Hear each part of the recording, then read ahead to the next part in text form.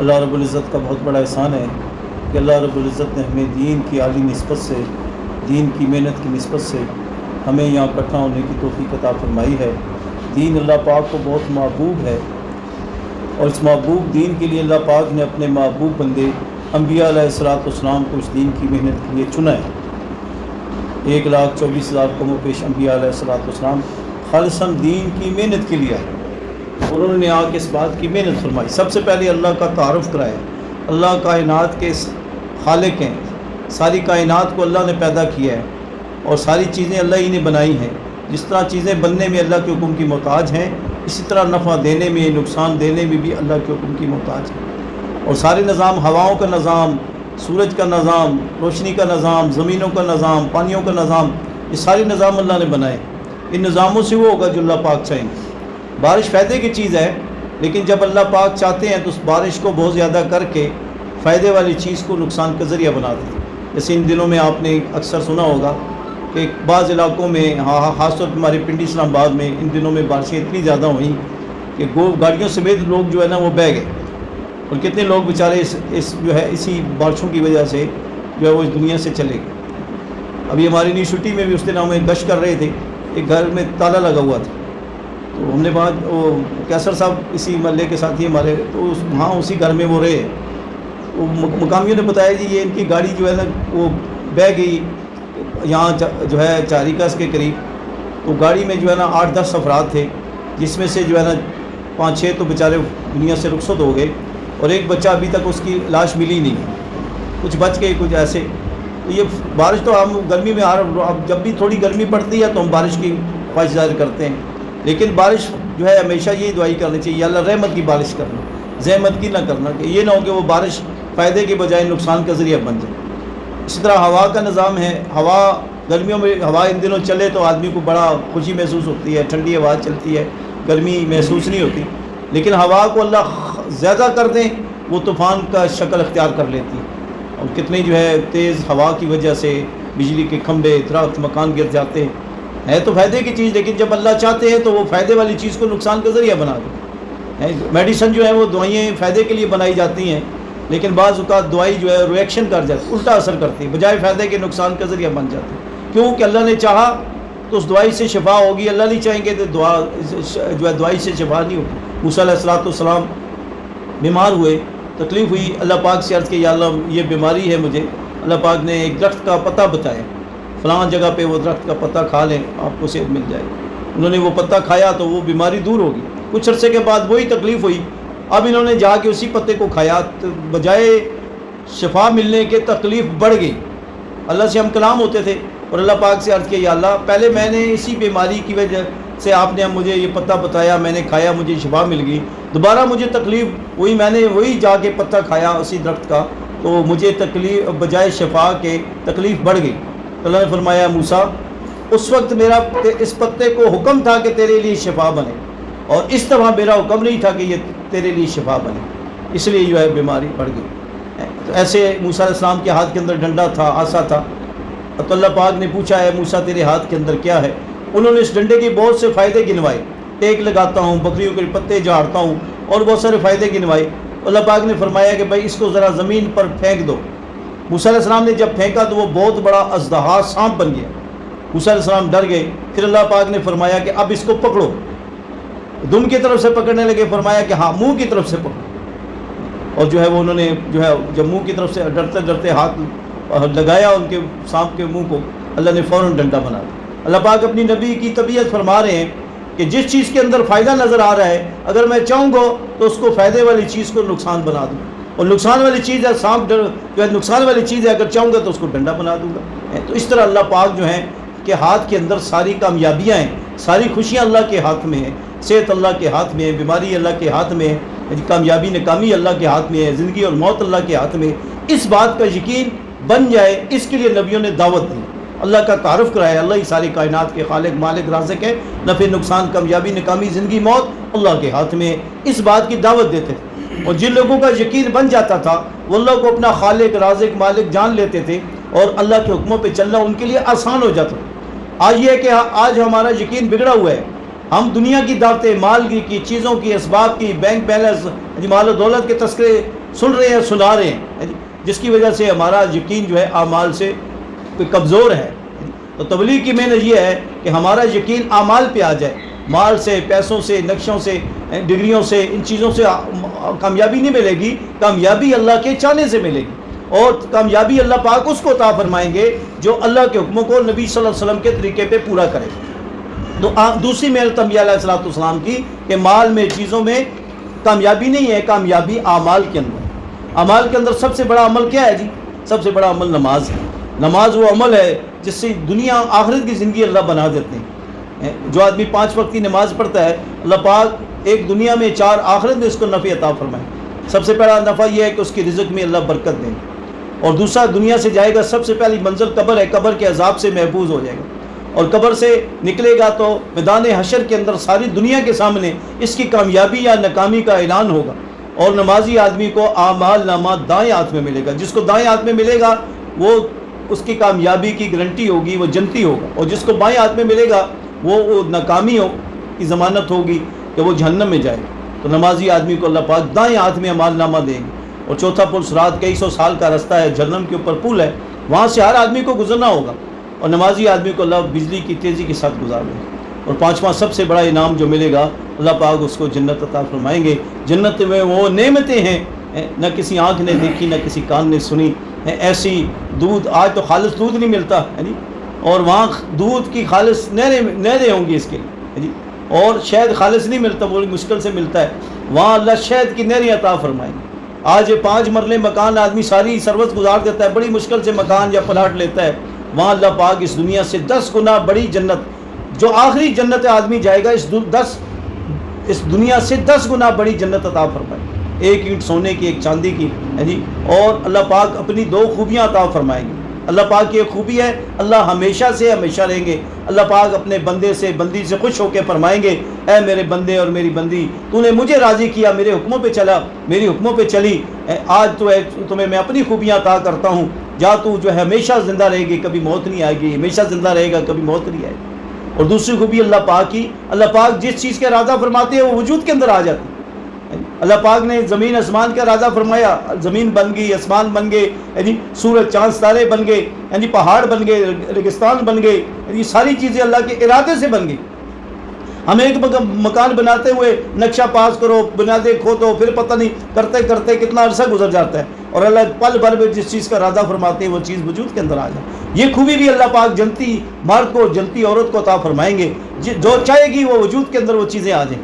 پھل کا درخت لگا ہوگا اور یہ پھل کی طرف دیکھے گی یا دیکھے گا اور جی چاہے گا کہ اس پھل کو میں کھاؤں، اب اس درخت پہ چڑھنا نہیں پڑے گا، اور وہ ٹہنی جھکتی ہوئی اس کے منہ کے سامنے آ جائے گی، اور اس پھل کو اپنے ہاتھ سے توڑے گی یا توڑے گا، اور اس پھل کو ایک دفعہ کھائے گا اور ذائقہ، دوسری مرتبہ کھائے گا اور ذائقہ، وہ آم کو یا سیب کو کھاتے چلے جائیں گے اور اس میں ذائقے بدلتے چلے جائیں گے۔ یہ ہے وہ جنت، یہ مسلمان کے لیے اللہ نے بنائی ہے، ایمان والوں کے لیے اللہ نے بنائی ہے۔ اس جنت کا شوق ہمارے دلوں کے اندر پیدا ہو جائے، اس کے لیے نبی پہ محنت فرماتے تھے کہ جنت کا شوق دلوں کے اندر پیدا ہو جائے۔ صحابہ کے اندر پیدا ہوا، وہ ساری رات عبادت کرنا ان کے لیے آسان ہو گیا تھا۔ 2 رکعت نماز پڑھتے تھے اور فجر کی اذان ہو جاتی تھی، پتہ نہیں چلتا تھا کہ ساری رات 2 نفل میں گزر جاتی تھی۔ ایسے اللہ سے تعلق، ایسی اللہ سے محبت، ایسی اللہ کی عبادت، جنت کا ایسا شوق ان کو لگ گیا تھا۔ آج ہمیں شوق ہی نہیں ہے، ہمیں دنیا میں رہنے کا شوق ہے، دنیا بنانے کا شوق ہے۔ بھئی تبلیغ کی مبارک محنت، نبیوں کی مبارک محنت، جنت کا شوق لگ جائے اور جہنم کا خوف لگ جائے۔ خدا نہ خواستہ اگر اللہ کو نافرمانی کے اندر زندگی گزری تو دنیا کے اندر زندگی تنگ ہو جائے گی۔ سب کچھ آسائش کی ساری چیزیں ہوں گی، اچھا مکان، اچھی گاڑی، اچھا کب لباس ہوگا، سب کچھ ہوگا، لیکن دن سکون میں نہیں ہوگی، نیند نہیں آئے گی، ہر وقت جو ہے خوف رہے گا کسی نہ کسی چیز کا۔ تو اللہ جو ہے جو دین پہ چلے گا اس کے لیے رہنے کو مکان نہیں ہوگا، کھانے کو صحیح کھانا نہیں ہوگا، رہنے کو جو ہے مکان نہیں ہوگا، پہننے کو صحیح کپڑے نہیں ہوں گے، لیکن سکون راحت کے اندر ہو۔ تو ہم نے جو ہے یہ دنیا کی زندگی عارضی ہے، یہاں ہمیشہ نہیں رہنا ہے، اور جہاں زیادہ رہنا ہے اس کی تیاری کرنی ہے۔ عقل مند آدمی جو ہے وہ جہاں زیادہ رہنا ہے اس کی فکر کرے، اور جہاں کم رہنا ہے اس کی فکر نہ کرے۔ ابھی ہم بیان میں ادھر بہاولپور میں تھے، ابھی چلے میں، تو انہوں نے ایک مولوی صاحب بیان کر رہے تھے، کہتے 2 منٹ 52 سیکنڈ 100 سالہ جو آدمی زندگی گزارے گا، 2 منٹ 52 سیکنڈ بنتے ہیں، یعنی 2.5 منٹ کی زندگی کے لیے آدمی کتنی اپنی جو ساری صلاحیتیں دنیا پہ لگا رہا ہے، نمازیں چھوڑ رہا ہے، دین کو چھوڑ رہا ہے، نبی کی سنت زندگی کو چھوڑ رہا ہے، پرواہ نہیں ہے دین کا، اور ساری صلاحیتیں اپنی سوچ فکر ساری جو ہے دین دنیا پہ لگا ہوا ہے، اور جہاں زیادہ رہنا ہے، ہمیشہ کے لیے رہنا ہے، اب اس کی فکر نہیں۔ نبیوں کی یہ فکر تھی کہ وہ آخرت کا شوق لگ جائے، آخرت کا خوف پیدا ہو جائے کہ جہنم سے بچنا ہے، جہنم کے اندر ایسے جو ہے وہ عذاب ہیں جن کا جو ہے ایسے سانپ ہیں کہ جو آدمی 1 مہینے تک آدمی پیدل چلے، اتنے بڑے لمبے سانپ، ایک دفعہ ڈسے تو 70 ہاتھ آدمی زمین میں دس جائے۔ آگ اس دنیا سے 70 گنا سخت آگ ہے، ذرا سی انگلی ہم جو ہے آگ پہ نہیں رکھ سکتے، اس سے 70 گنا سخت آگ ہے، اور بچھو جو ہے خچر کے برابر ہے جی، اور جو ہے ایک سے زہریلے سانپ دنیا کے اندر ایک پھونک مارے وہ سارا سبزہ ختم ہو جائے اور قیامت تک کوئی گھاس نہ ہوگے، ایسے زہریلے سانپ، بھائی اس سے ہم نے بچنا ہے۔ اس کے تذکرے کرنے سے ہوگا، یا تو آدمی شوق سے کام کرتا ہے یا خوف سے کرتا ہے۔ جنت کے تذکرے کریں گے تو شوق پیدا ہوگا، جہنم کے تذکرے کریں گے تو اس سے پناہ کا خوف پیدا ہوگا۔ تو ایمان ہے شوق اور خوف، شوق بھی ہو امید بھی ہو۔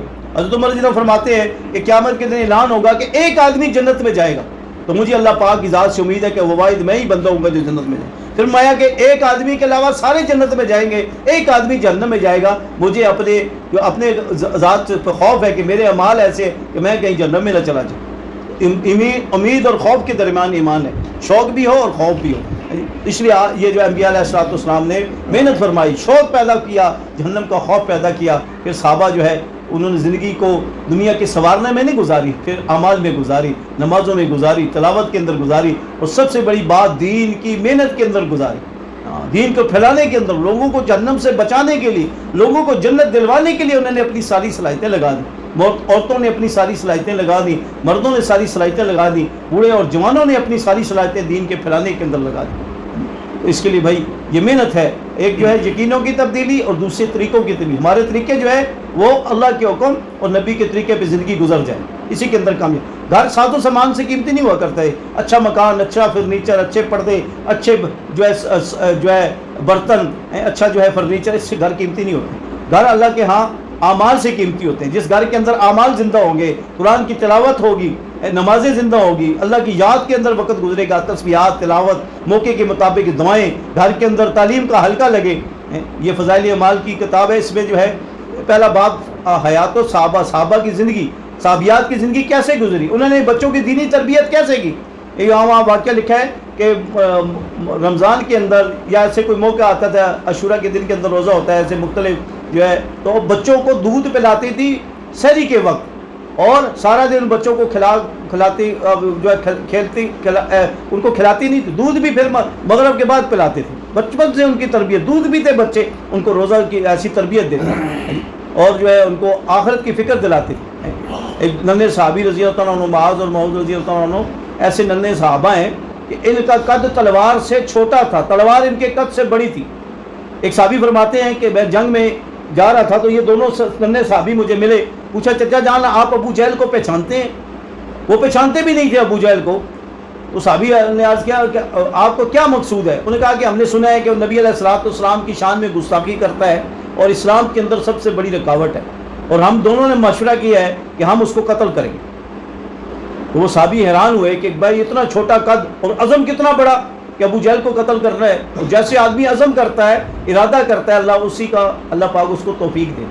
اور پھر دیکھا کہ ابو جہل جو ہے وہ اپنی صفیں جو ہے اپنی جنگ کے لیے اپنے لشکر کے اندر صفوں کو درست کر رہا تھا۔ صحابی رضی اللہ عنہ فرماتے ہیں میں نے کہا کہ وہ تمہارا مقصود ہے جس کے بارے میں تم پوچھ رہے ہو، وہ ابو جہل۔ اب ان دونوں نے مشورہ کیا کہ ہم جو ہے وہ تو گھوڑے کے اوپر سوار ہے، ہمارا قد اتنا چھوٹا ہے کہ اس کی جو ہے ہم پہنچ نہیں سکتے، اس کو پہ حملہ کرنے کے لیے ہم پہنچ نہیں سکتے۔ تو دونوں نے مشورہ کیا کہ بھائی ایک بھاگتا ہوا جائے اور جا کے گھوڑے کی ٹانگ پہ حملہ کرے، اور جب وہ گرے گھوڑے سے تو پھر دوسرا جا کے جو ہے نا اس کے اوپر جہاد کے اوپر اس کے جسم پہ حملہ کرے۔ ایسے ہوا، یہ ایک ننھے صحابی رضی اللہ عنہ بھاگتے ہوئے گئے، وہ سمجھے ویسے ہی کوئی بچہ بھاگ کے آ رہا ہے، ان کو سمجھ ہی نہیں آئی، انہیں جاتے ہی ساری جو ہے نا گھوڑے کی ٹانگ پہ حملہ کیا جس سے ابو جہل نیچے گرا۔ اتنے میں دوسرے صحابی رضی اللہ عنہ بھاگتے ہوئے گئے اور جا کے جو ہے نا ان کو ابو جہل کو زخمی کر دیا، وہ بھی پورا اتنا زخمی کر دیا کہ وہ بھاگ نہ سکے۔ ایک اور صحابی رضی اللہ عنہ نے آ کے جو ان کو جو ہے ان کا سر تن سے جدا کر دیا۔ تو جذبہ کیا تھا؟ بچے چھوٹے ہیں لیکن ماؤں کی تربیت ہے، گھر کا ماحول ہے، اللہ کے دین کے لیے جو ہے دشمنوں کو ختم کرنا اور اللہ کے دین کے لیے جان کو خطرے میں ڈالنا، جان قربان کر دینا۔ عورتوں کا بھی یہ جذبہ کہ ہمارے بچے، ہمارے خاوند، ہمارے بھائی، ہمارے مرد اللہ کے دین کے لیے ان کی صلاحیتیں لگ جائیں، ہم خیر ہے ان کے بغیر اپنی زندگی گزار لیں گے، اپنے وہ اللہ کے راستے میں دین کی محنت کریں، ہم بچوں کی جو ہے ان کی بھی تربیت کریں گے، گھر میں ان کے گھر بار کی خیر رکھیں گے کہ ہمارے خاوند، ہمارے بیٹے، ہمارے مرد اللہ کے دین کے لیے قربان ہو جائیں، اللہ کے دین کو یہ جذبے تھے ان کے اندر، ایک ماحول تھا، ایک فضا تھی جس کی وجہ سے جو ہے آج وہ اسلام ہم تک پہنچا ہے۔ اب ہم جو ہے یہ مستورات کی جماعت اس میں واقعات ہم سنیں گے تو آپ حیران ہوں گے کہ صحابیات کا کتنا جذبہ تھا دین کو پھیلانے کے اندر۔ حضرت خدیجہ رضی اللہ عنہ 4 جوان بیٹوں کی ماں ہیں، اور ان کے بارے میں آتا ہے، یہ بہت بڑی شاعر ہے، فضائل اعمال کے اندر لکھا ہے کہ ان سے پہلے کسی نے ان سے اچھا شعر نہیں کہا کسی عورت نے، اور ان کے بعد بھی کسی نے شعر ایسے نہیں پڑھے جیسے انہوں نے پڑھے۔ یہ جب اسلام نہیں لائیں تو ان کے ایک بھائی فوت ہو گئے کسی بیماری کی وجہ سے، تو انہوں نے ان کی یاد میں اتنے شعر پڑھا کرتے تھے غم کے اندر کہ سارے مجمع کو رلا دیتے تھے۔ ابھی اسلام نہیں لائیں، لیکن جب اسلام لے آئیں تو پھر کیا ہوا؟ اپنے 4 بیٹوں کو اکٹھا اپنے پاس بٹھایا اور ان کو کیا ترغیب دے رہی ہیں، میرے بیٹوں دنیا کی زندگی تھوڑی ہے، عارضی ہے، اور آخرت کی زندگی بہت لمبی ہے، اور تمہیں پتہ ہے کہ دین کے لیے جان کا لگا دینا اسی کے اندر تمہاری کامیابی ہے اور جنت تمہیں ملے گی۔ شوق دلایا، ایسے ترغیب دی، تو چاروں بیٹے اللہ کے راستے میں جان دینے کے لیے تیار ہو، اور اپنی ماں کی وصیت کو، ماں کی باتوں کو سینے میں بٹھایا اور جنگ کے اندر شرکت کی، اور جو ہے لڑتے لڑتے چاروں کے چاروں شہید ہو۔ اور جب ان کو اطلاع ہوئی کہ آپ کے چاروں بیٹے دنیا سے جو ہے وہ شہید ہو گئے تو ایک آنسو بھی نہ بہایا اور اللہ کا شکر ادا کیا کہ یا اللہ اسی لیے تو میں نے ان کو پالا تھا کہ تیرے دین کی محنت کے لیے یہ میری اولادیں تیرا دین زندہ ہو جائے اور میرے بیٹے جوانی کے ان کی قربان ہو جائے اور اے اللہ تیرا دین زندہ ہو جائے، اسی لیے تو میرا مقصود تھا ان کو پالنا۔ تو وہ جو ہے ایک آنسو بھی نہ، اللہ کا شکر ادا کیا۔ صحابہ کے یہ جذبے تھے، اولادوں کو اس لیے پالتے تھے کہ وہ اولادیں اللہ کا دین کی محنت کے اندر ان کی صلاحیتیں لگ جائیں، ان کی جوانیاں لگ جائیں، ان کی صلاحیتیں دین کو پھیلانے کے اندر۔ اور آج ہم کس لیے پالتے ہیں؟ بچوں کو تعلیم دلوا رہے ہیں کہ یہ ڈاکٹر بن جائے، انجینئر بن جائے، کاروباری بن جائے، اور یہ بڑھاپے کے اندر کیا کرے گا جی؟ ہمارا سارا بنے۔ غلط یقین، سارا اللہ کی ذات ہے اور اعمال سے اللہ پاک پالتے ہیں جی، ساروں سے نہیں اللہ پاک پالتے۔ تو یہ ہماری نیت بھی یہی ہوگا، ہماری جو اولادیں ہیں، جو بچے ہیں، جو بچیاں ہیں، یہ اللہ کا دین کو، علم کو حاصل کرے، عالم بنے، حافظ بنے، اور اللہ کے دین کی محنت کے لیے ان کی صلاحیتیں لگ جائیں۔ بیٹا ہے، بیٹی ہے، یہ عالم حافظ بن کے مدرسے پڑھا، اور جہاں اگر دنیاوی تعلیم بھی کوئی منع نہیں ہے وہ بھی حاصل کریں، لیکن تبلیغ میں لگے رہیں، تبلیغ کا ان کے اندر شوق پیدا ہو جائے۔ یہ جس گھر کے اندر جائیں، شادی ہو جائے ان کی بچیوں کی، وہ ایسا جوڑ کا ان کا مزاج ہو، ایسا ان کے اندر کہ جس گھر میں جائیں، جس علاقے میں جائیں، جس خاندان میں جائیں، وہ پتہ چلے گا کہ کسی جو ہے دیندار کی بچی ہے، جو خاندان کو جوڑنے والی ہے، توڑنے والی نہیں ہے۔ آج اکثر حالات یہی ہم دیکھتے ہیں کہ بچوں کو ساز و سامان تو بہت اچھا دے دیتے ہیں، جہیز بہت اچھا، زیورات بہت اچھے، کپڑے بہت اچھے، جس جو ہے بہت بڑا ان کو جہیز دے دیا جاتا ہے، لیکن دینی تربیت نہیں ہو رہی، اور جس کی وجہ سے وہ بچی جب جاتی ہے اس خاندان کے اندر، اب دینی تربیت نہ ہونے کی وجہ سے کیا ہوتا ہے کہ وہ اپنے خاوند کو علیحدگی کی ترغیب دیتی ہے کہ بھئی ہم علیحدہ رہیں گے، علیحدہ مکان، علیحدہ سارا ساز و سامان سارا۔ تو کیا ہوتا ہے، جس والدین نے بچپن سے اپنے بیٹے کو کس امید سے پالا، کتنی اس کی جو ہے پڑھائی پہ خرچے کیے، کتنی جو ہے اس کو مشقت کے ساتھ اس کی زندگی بنائی، اب وہ جو ہے وہ بچی جاتی ہے اور کیا ہوتا ہے وہ خاوند کو لے کے علیحدہ ہو جاتا ہے، اور والدین بیچارے جو ہے وہ ترستے رہتے ہیں اپنی اولاد کو۔ تو ہمارا ایسی بچوں کی دینی تربیت کرے بچیوں کی کہ جس خاندان میں جائیں تو وہ خاندان کو جوڑنے والی بنے، خاوند کو یہ ایسی ترغیب نہ دے کہ علیحدہ ہو جائیں، وہ تو کہہ کے بھی سب مل کے رہیں گے، اتفاق کے ساتھ رہیں گے، اس بات کے اندر برکت ہے، اور اس سے جو ہے ایسی تربیت کریں، ورنہ جو ہے وہ خود بھی پریشان ہوتے ہیں، والدین بھی پریشان ہوتے ہیں، اس لیے ایسی تربیت ہو ہماری جی، جوڑ کا مزاج ہو، جوڑ والا جذبہ ہو، خاندانوں کو جوڑنے والی ہو، تاکہ وہ لوگ کہیں کہ بھئی فلاں خاندان سے بچی آئی ہے، اس کی ایسی دینی تربیت ہوئی ہے، باقی لوگ بھی وہ خواہش ظاہر کریں گے کہ یار اسی خاندان والے اچھے لوگ ہیں، یا ان کی اور بچیوں کے رشتے بھی آسان ہو جائیں گے۔ اگر ایک بچی ایسی جاتی ہے وہ جو ہے خاندان میں توڑ پیدا کرتی ہے، تو باقی بیچاری جو بچیاں نیک بھی ہوتی ہیں تو وہ کہتے ہیں نہیں جی یہ پہلی آئی ہے، اس نے بھی ایسا کیا ہے، باقی بھی ایسے ہی ہوں گے۔ ایسے ہم بچیوں کی دینی تربیت کریں، ایسے ان کو اعمال پہ لگائیں، نمازی بنائیں، قرآن والا بنائیں۔ حضرت عمر بن عبدالعزیز رحمۃ اللہ علیہ ان کے جو ہے بادشاہ ہیں ملک کے، اور عید کا موقع آیا، ان کی بیوی کہنے لگی کہ یہ بچے ہیں بچیاں ہیں، ان کے پرانے کپڑے ہیں، عید کا موقع ہے، تو آپ ایسا کریں کہ جو ہے ان کے بچوں کے نئے کپڑے سلوانے۔ عمر بن عبدالعزیز نے فرمایا کہ میرے پاس اتنے پیسے نہیں ہیں تو میں کیسے کروں؟ انہوں نے کہا ایسا کرو کہ آپ 1 مہینے کی ایڈوانس تنخواہ لے لیں، اگلے مہینے کی بھی تنخواہ آپ لے لیں، تاکہ عید پہ نئے بچوں کو نئے کپڑے سلوا دیں۔ بچوں کا بھی شوق ہوتا ہے اچھے کپڑے بنانے کے۔ تو یہ گئے جی اس خزانچی کے پاس، جو وظیفہ جو خزانچی تھا، وزیر خزانہ تھا۔ انہوں نے کہا جی میں عید کا موقع ہے، میرے بچوں کو نئے کپڑے میں نے دلوانے ہیں، اور آپ جو ہے نا ایسا کریں مجھے 1 مہینہ اگلے مہینے کی ایڈوانس تنخواہ بھی مجھے اس مہینے کے ساتھ دے دیں، تاکہ میں اپنے بچوں کی خوشیاں دیکھ سوں، اچھے کپڑے ان کو پہنوا سکوں۔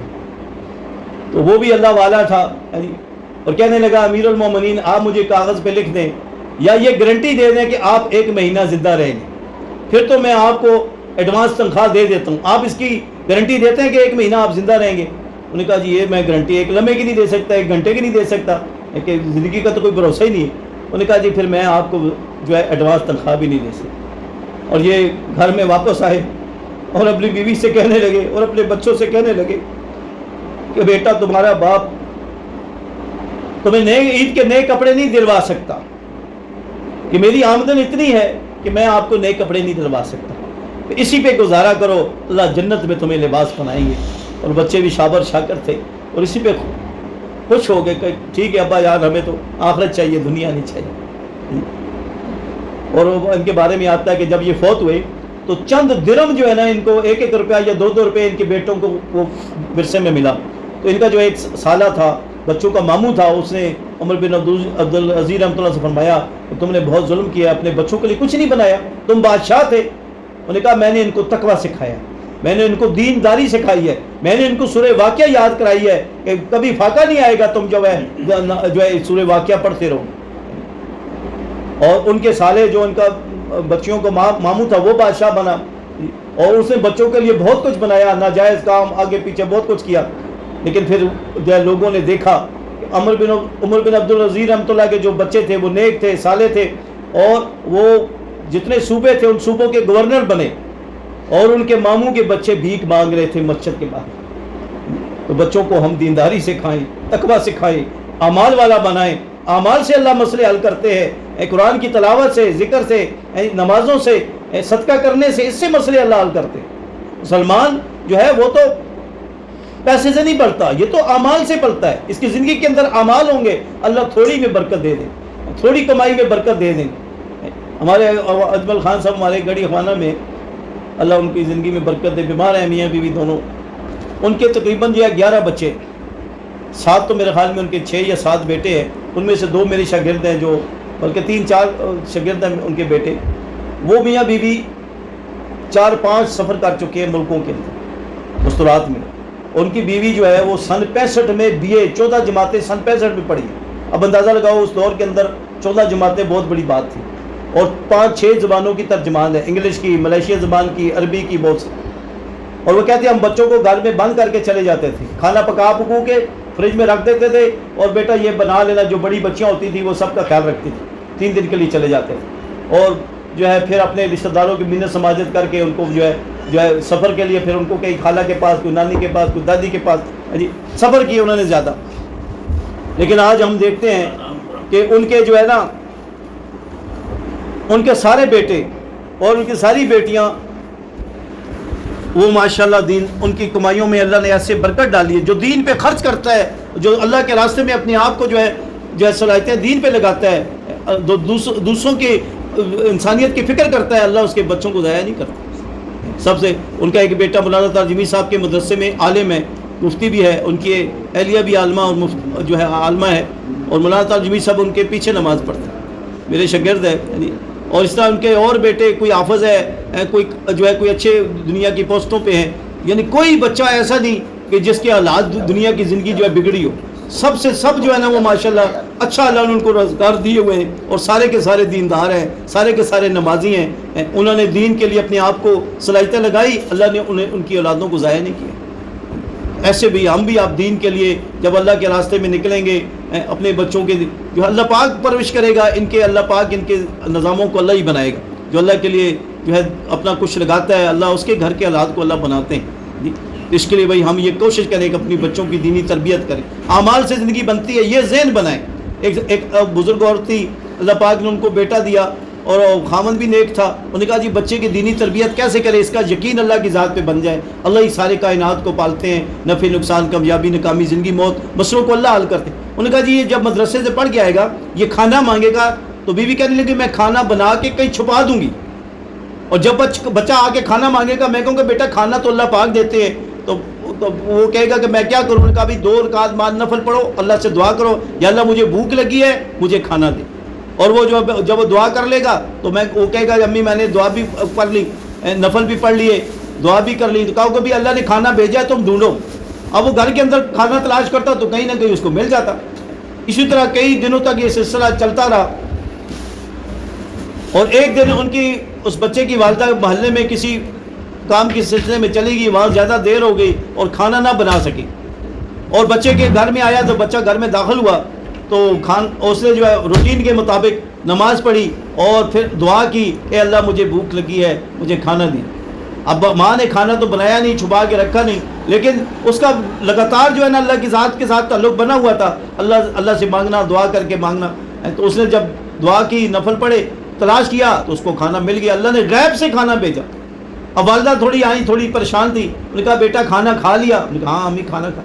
کیسا کھایا؟ انہوں نے کہا امی میں نے جیسے آپ نے مجھے بتایا تھا نماز پڑھو اور دعا کرو اللہ اے اللہ مجھے بھوک لگی ہے مجھے کھانا دے. لیکن اماں آج مجھے ایسا کھانا ملا، آج سے پہلے ایسا کھانا میں نے کبھی کھایا نہیں. اب بتاؤ، ایسا یقین بچوں کی دینی تربیت ہم کریں. پہلی ماں کی پہلی گود، ماں کی گود بچے کا پہلا مدرسہ ہے. ماں کا یقین ٹھیک تو بچے کا یقین ٹھیک. ماں نمازی تو بچے بھی نمازی. ماں قرآن کی تلاوت کرے گی تو بچے بھی کریں گے. ماں تسبیح لے کے بیٹھے گی ذکر کرے گی تو بچے بھی کریں گے. اور باپ کی بات زیادہ بچے مانتے ہیں، باپ کی بات نہیں مانتے. میں اپنے گھر کی بات کرتا ہوں جی، جب کی بات ہو تو سارے ماں کے ساتھ ہوتے ہیں.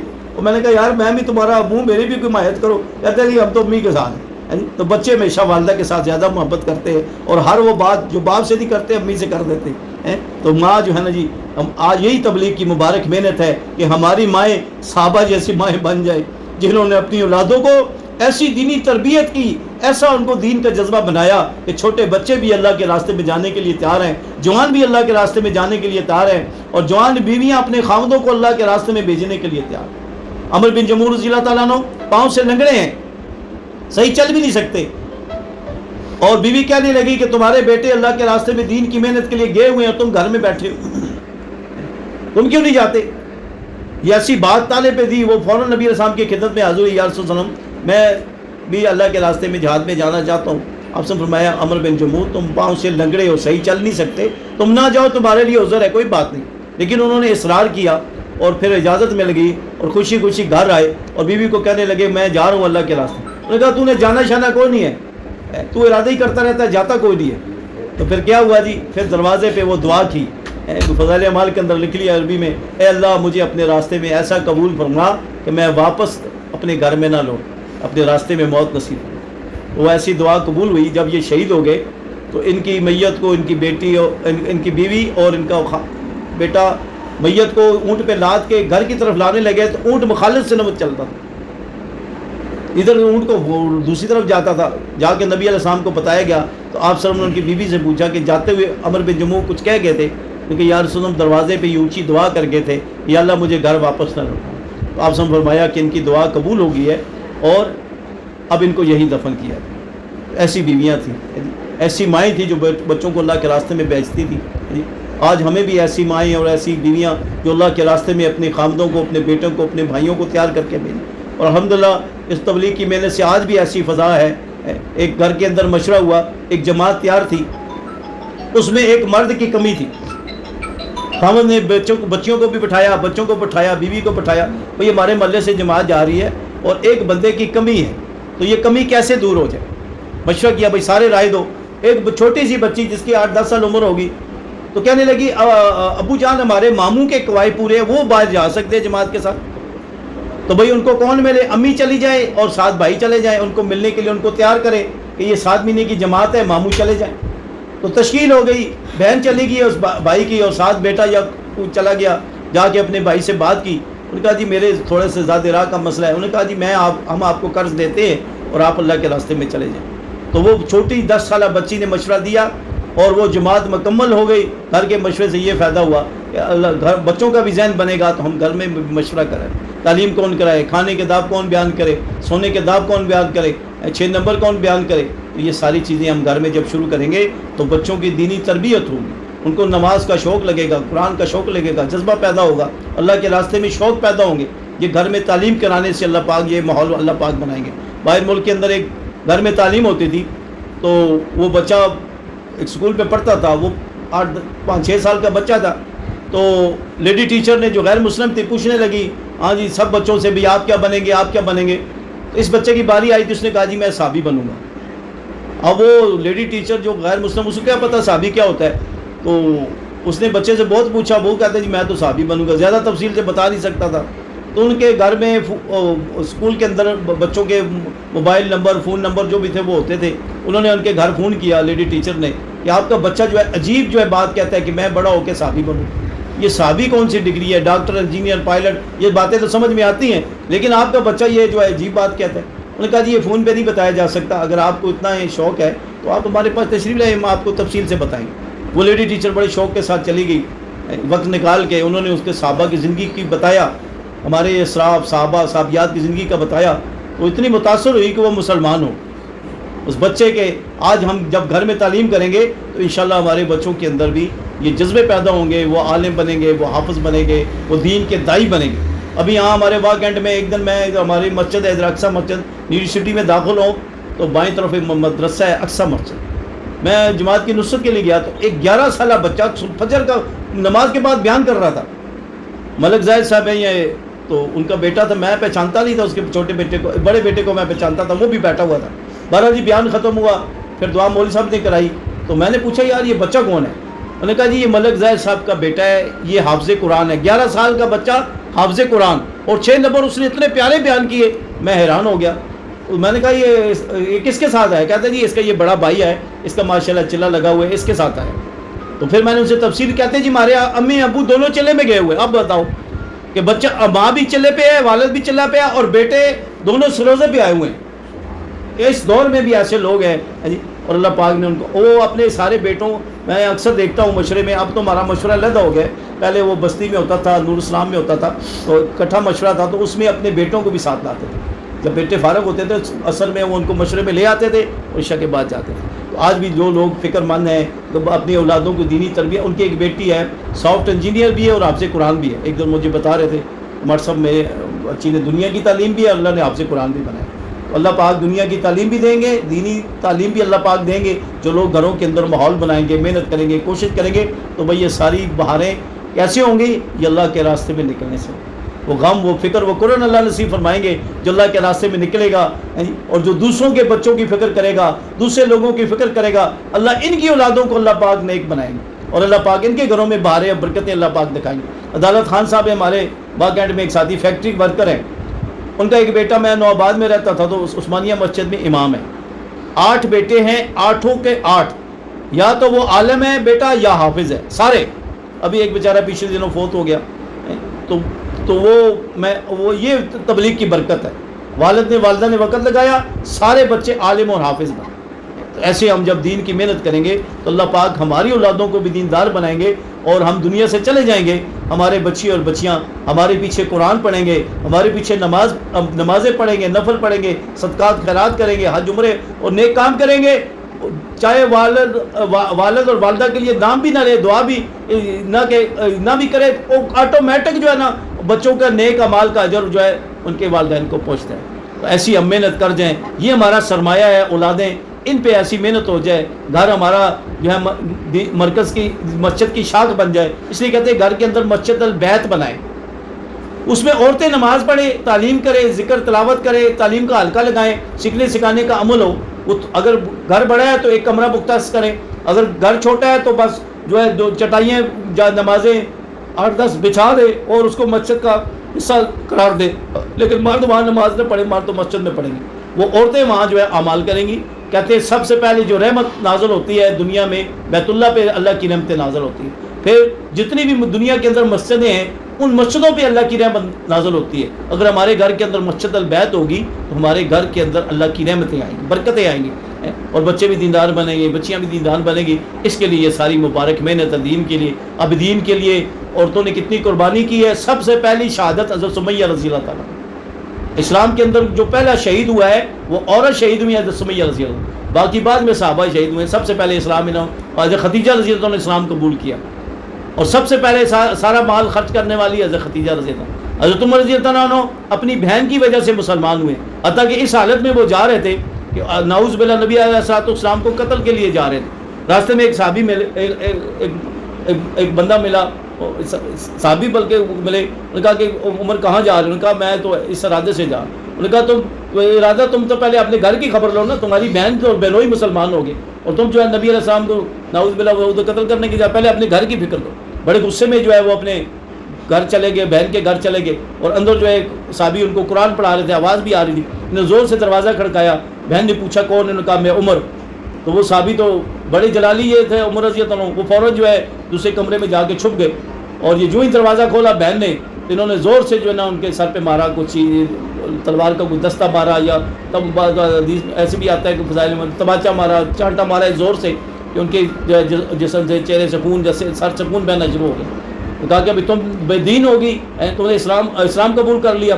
کہا جی اگر دین سچا ہو تو ہم جو ہے تم جو بھی کر سکتے ہو کرو۔ آخر وہ بھی عمر کی بہن تھی، عمر رضی اللہ عنہ کی بہن تھی، وہ بھی جو ہے ایسی جو ہے مضبوط تھی۔ جب دیکھا غصہ ٹھنڈا ہوا تو بہن کو خون میں دیکھا، ان کے سر سے یا چہرے سے خون بہہ رہا ہے، تو تھوڑی دیر نرم ہوا۔ ابھی کیا کر رہے تھے؟ کہا جی قرآن پڑھ رہے تھے۔ کہا مجھے یہ قرآن دو، میں دیکھتا ہوں کیا لکھا۔ انہوں نے کہا جی آپ ایسے ہاتھ نہیں لگا سکتے، آپ غسل کریں پھر اس کو وہ ہاتھ لگا سکتے۔ پھر انہوں نے غسل کیا اور وہ قرآن کی آیتیں پڑھی، وہ پڑھتے جا رہے ہیں اور آنکھوں سے آنسو بہتے جا رہے ہیں، اور پھر فرمایا کہ مجھے لے چلو نبی علیہ السلام کی خدمت میں، اور جو ہے وہ آپ صلی اللہ علیہ وسلم کے پاس تشریف لے گئے۔ یہ تو صحابہ پہلے کہا کہ بھی یہ کیا ہو سکتا ہے، کس ارادے سے آئے؟ ان کا کہ آپ صلی اللہ علیہ وسلم فرمایا آنے دو۔ جب تشریف لائے تو کلمہ پڑھا تو صحابہ نے جو ہے خوشی سے نعرہ لگایا، نعرہ تکبیر اللہ اکبر، اور پھر جو ہے نبی السلام نے ایک دن پہلے دعا کی تھی، یا اللہ عمر بن خطاب یا ابو جہل کے بارے، ان کا بھی نام عمر تھا، ان میں سے کوئی کسی ایک کو جو اسلام کے اندر داخل فرما، اور وہ تاکہ اسلام کے اندر قوت ہو، طاقت ہو۔ تو وہ فرمایا مبارک دی کہ آپ کے حق میں یہ دعا قبول ہوئی۔ تو یہ کس کی وجہ سے؟ اپنی بہن کی وجہ سے۔ عثمان رضی اللہ عنہ بھی خالہ یا پھوپھی کی وجہ سے مسلمان ہوئے، اور اللہ پاک نے دین کا بہت سارا کام لیا۔ فرمایا کہ عمر رضی اللہ عنہ جو ہے 35 یا 39ویں نمبر پہ مسلمان ہوئے، لیکن دین کے اندر اتنی محنت کی، ابو بکر صدیق رضی اللہ عنہ سے آگے نکلنے کی کوشش کی، لیکن وہ آگے جو ہے نہ بڑھ سکے۔ بار بار وہ کوشش کرتے رہے کہ میں اعمال میں جان مال خرچ کرنے میں، لیکن ابو بکر صدیق رضی اللہ عنہ جو ہے نا وہ ہمیشہ آگے ہی رہے، لیکن ایسی محنت کی کہ دوسرے نمبر پہ ضرور آ گئے، اور فرمایا کہ میرے بعد کوئی نبی ہوتا تو عمر ہوتا۔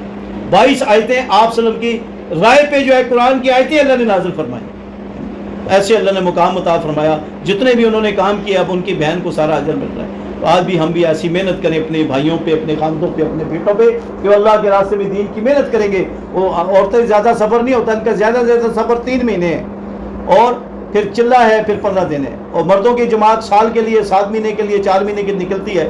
لیکن اگر آپ اپنے خاندوں کو، بیٹوں کو، بھائیوں کو چلے کے لیے 4 مہینے کے لیے، 7 مہینے کے لیے، سال کے لیے تیار کر لیں گی، تو جتنے وہ سفر کریں گے ان اعمال کا ثواب اس عورت کو ملے گا جو اپنے جو ہے مردوں کو تیار کر کے بھیجیں گی۔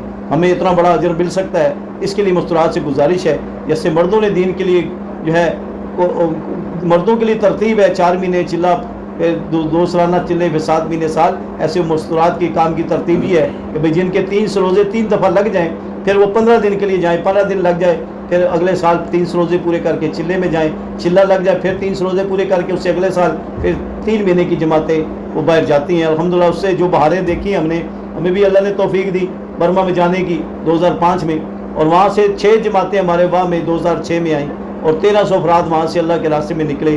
بنگلہ دیش میں پھر ویزا کم تھا، پھر ہم بنگلہ دیش میں آئے، وہاں سے اللہ نے جو 1000 کے قریب افراد نکلے۔ وہ بھی جماعت الحمدللہ بنگلہ دیش کی بھی میرے گھر میں آئی۔ اس وقت میں سیمنٹ فیکٹری میں رہتا تھا، اس چھٹی میں ابھی